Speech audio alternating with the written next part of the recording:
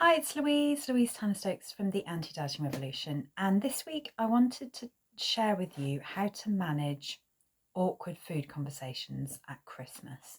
So this is for you if you struggle with people who push food on you. So especially this time of year when you're seeing family.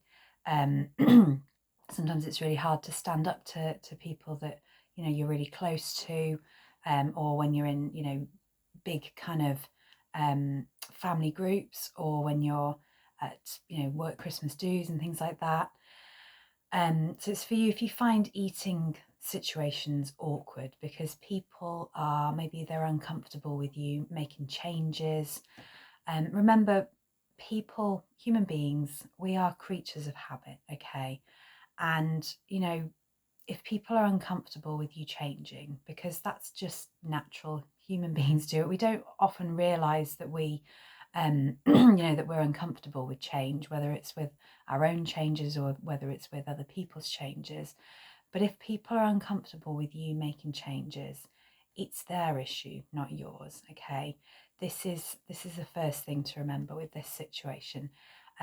It's about asserting your boundaries. If you can assert your boundaries and be assertive, then they'll get used to it. Okay, if you persevere with asserting those boundaries, other people will get used to it eventually.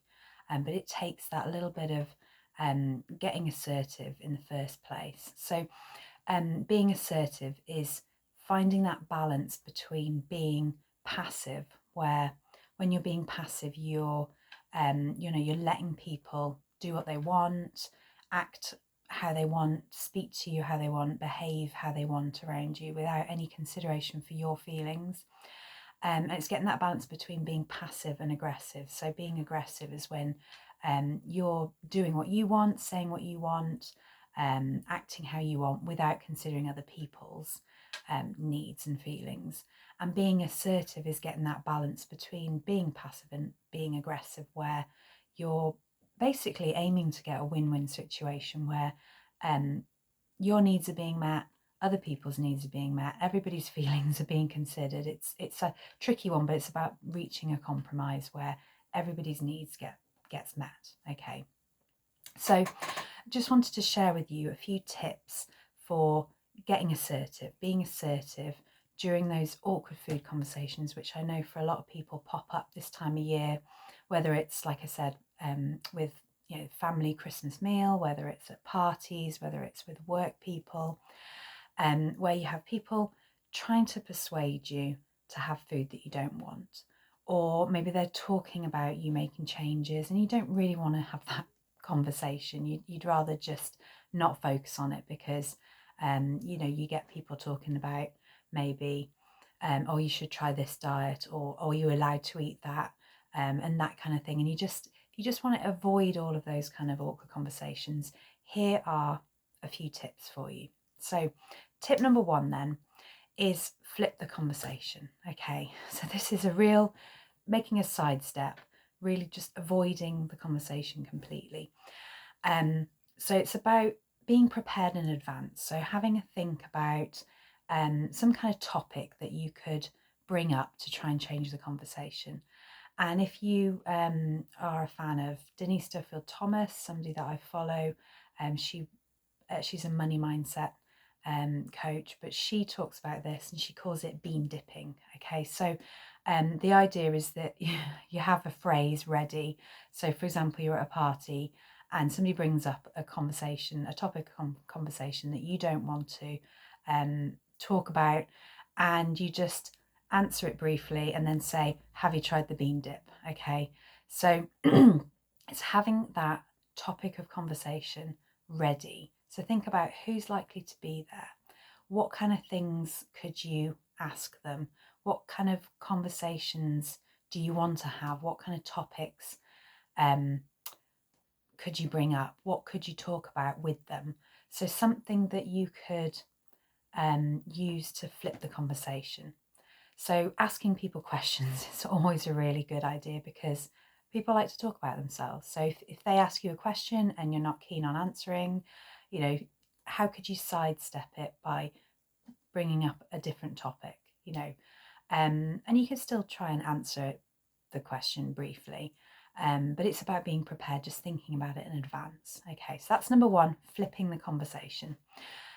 Number two, again, it's about being prepared, but number two, my second tip for you is preparing your response to this is really useful if you have a recurring situation. So when people, they always say the same things. So things like, go on, have another cake, or go on, have another mince pie. And it's having your response ready for this. Okay, so having your reply in your head ready. You can practice it in the toilet, in the bathroom, before you go to the party or wherever. Make sure that your reply and your response is short, clear, concise, so that it's easy to say. Excuse me, getting a bit croaky. So practice it in your head so that you're ready with it. You're not going to waffle, you're just going to just say it, okay? So my example before, somebody always says to you, go on, have another mince pie, or go on, have a bit more, or go on, have some of this. And you know that you always give in and you don't like it, you don't want to do that. And literally all you need to say is, no thank you, I've had enough. Just have that ready in your head.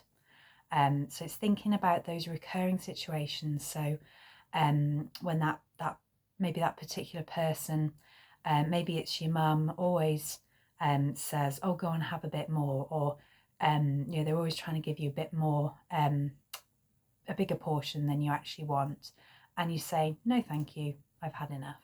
So it's having a nice, short, clear, concise response ready for that situation.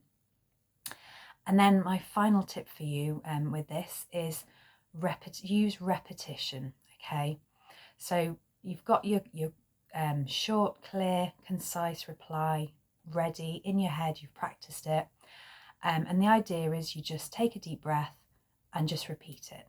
Okay, smile, stop talking, and leave it at that. Don't be tempted to babble, don't be tempted to say more. It's really hard to do this when you've never done it before, but it's just having that clear, concise response in your head and just saying it again. Don't be tempted to go off track or say something different, because then that's when they can come back with the arguments and you know, things to you know, if you just keep saying the same thing over and over again, they will get the message. They might not like it, but you just take a deep breath and smile and say, no thank you, I've had enough. Just keep saying it over and over again to every response that they give you. So like I said, this is hard when you first do it, but it does get easier with practice. So there's my 3 assertiveness tips for you. So first of all, it's flipping the conversation. So sidestepping the, I know this one sounds a little bit more passive, but it's about sidestepping, taking control of the conversation, okay? Flipping the conversation to a topic that you'd rather talk about. And that's absolutely fine. That's asserting your boundaries. Number 2 is preparing your short, clear response to those food pushery kind of arguments that people when they try and push the food on you. So having that ready. And then number 3 is repeating that response over and over again. It's called the broken record technique. I forgot to say that. Broken record technique, you just keep repeating it and they will get the message. So have a go, let me know how you get on, and if you need more help with this, get in touch, just message me, email me. You'll find the information either in the full blog or have a look in the comments below. But enjoy, and remember, it's time to ditch dieting forever, because you absolutely deserve better. Take care and I'll see you soon.